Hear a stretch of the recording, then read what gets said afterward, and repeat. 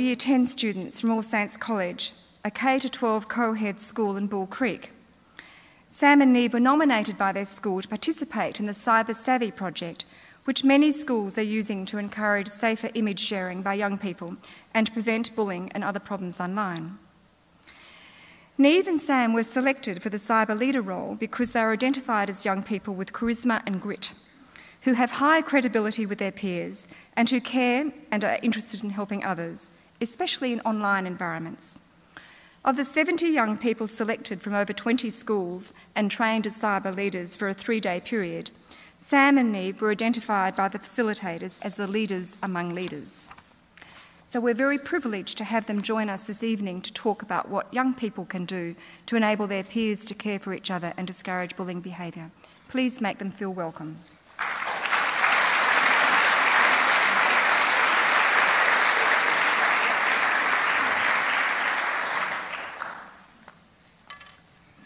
Good evening, everyone, and thank you, Commissioner, for the opportunity to join you to celebrate Children's Week this evening.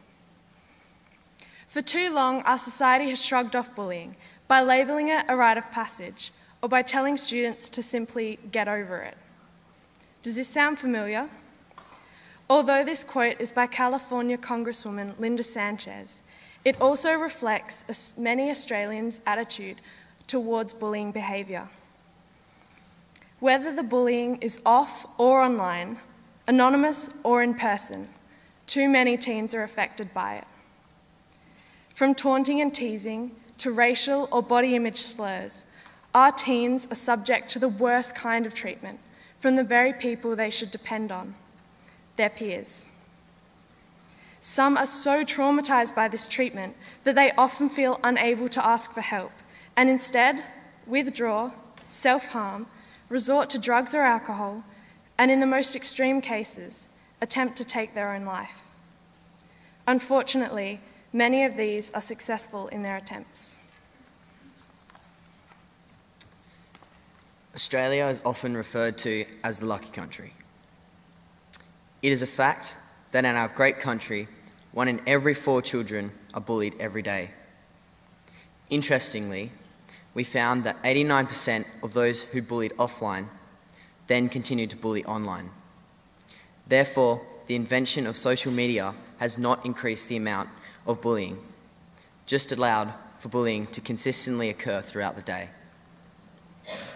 The internet is a wonderful thing when used correctly. We can shop 24/7, access magazines and news 24/7, play online games 24/7. In 2015, almost every home has a computer or a smart device. However, the same 24/7 access may be provided to the people who wish to target others. In the past, when school-age people were bullied, they could go home and find a safe place. This is harder for young people to do now. It's easy to say, don't turn on your computer or don't check your social media, but the targets sometimes can't help themselves. As a young person, it is often difficult to find a balance between the views of your friends and the views of your parents. Parents may tell their children not to have social media and think nothing of it. However, when their child goes to school, they're pressured into feeling left out, as social media has grown to become such an important part in today's society. We all drive past car accidents, knowing that we don't want to watch the misery of others, but we always look. We have to know what happened. It's the same with targets of online bullying. They don't want to know what's being said about them, but at the same time, they can't not know. The internet is not the problem, but a mechanism being used to great effect by those who do bully others.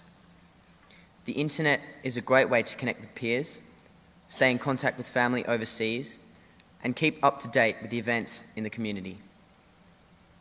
It is a fast and efficient way to communicate with others, and the answer to almost every question is only a few clicks away.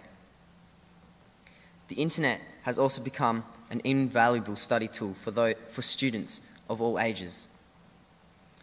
Although people who bully find it easier online, as they can't see the effect their actions are having on the target.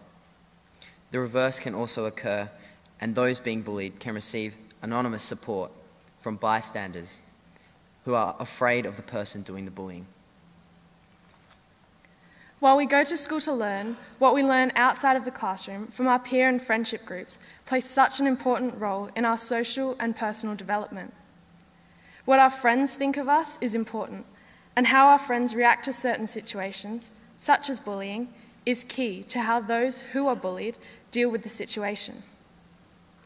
We believe one way to reduce bullying is to mobilise those who witness the bullying to take action. The person who is bullying is looking for an audience. When you take that audience away, they lose that power. There are 3 types of bystanders: helpful, hurtful, and passive. The first 2 types of bystanders are easily identified. Helpful bystanders are those who directly intervene, discourage someone who is bullying, or attempt to assist in some way. Hurtful bystanders will often cheer on the bully or support what is being said in some way, perhaps by adding their own comments in an online chat or by liking a comment or image. Passive bystanders often know that what is being said or done is wrong, but do nothing about it. This is seen by the person who bullied as being silent approval of their actions and can be taken as acceptable or a sign of encouragement. You may be asking yourself why passive bystanders don't step in. There are many reasons, including fear of their own safety or not wanting to become the next target. They think that someone else will help. They think that it's none of their business or are worried about making things worse. Often, they just don't know what to do, so they do nothing. The truth is, bystanders don't need to do something heroic to solve the situation sometimes. Just sending the victim a quick message of support can go a long way when the target is feeling vulnerable. Bystanders could also work to distract the bully away from the situation by offering an alternate activity. While peers have a huge influence on the developing teen, parents and family have an even greater role in this process, impacting on the person doing the bullying and the bullied. Children are not born to bully or torment, but they learn this behaviour from the environment around them. When news stories show people on television being bullied, the reaction of parents can shape how the children feel about bullying.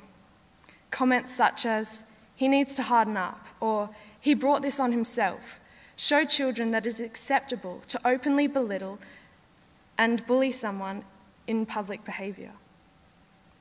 Similarly, for children being bullied, they feel that they cannot tell their parents about the problem, as they may feel unsupported.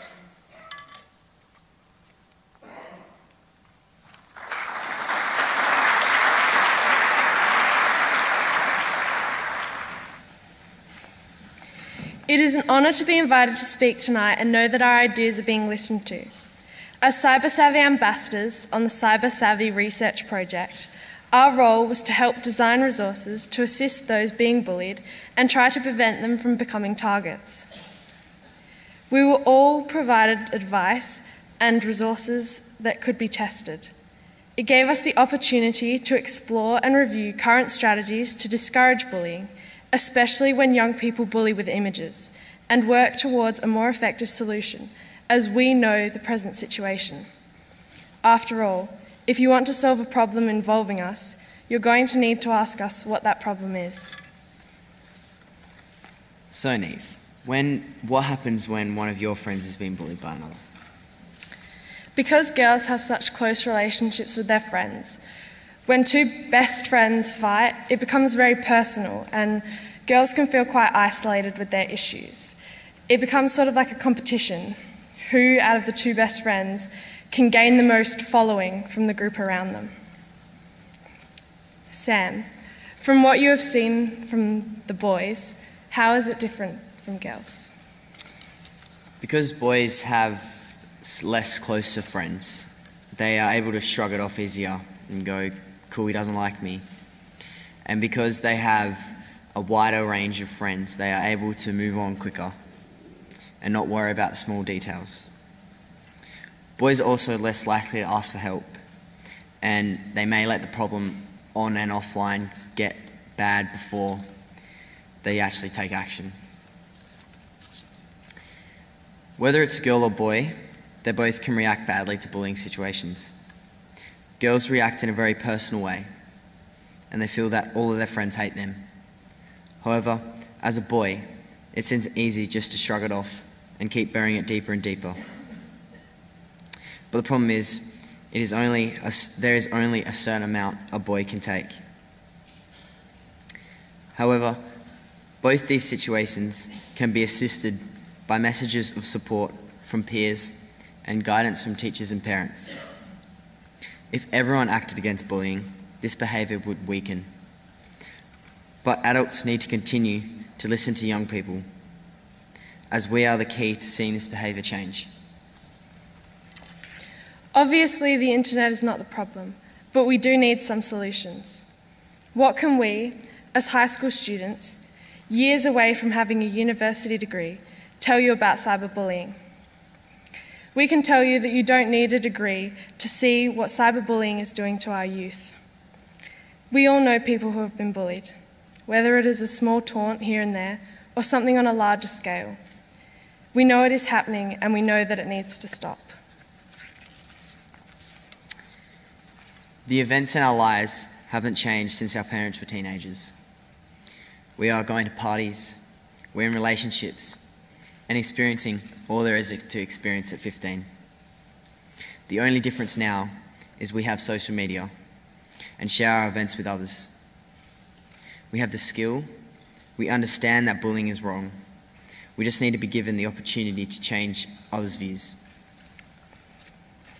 We suggest that parents should attempt to get to know the online environment, construct a set of rules regarding their child's use of social media, and think through online issues to prepare their child for certain situations. Ultimately, this will create a unique trust between the teen and their family. Children's Week gives everyone a chance to think about how young people can be partners to address issues that are affecting their own lives. Please, don't change anything about us without us. Thank you.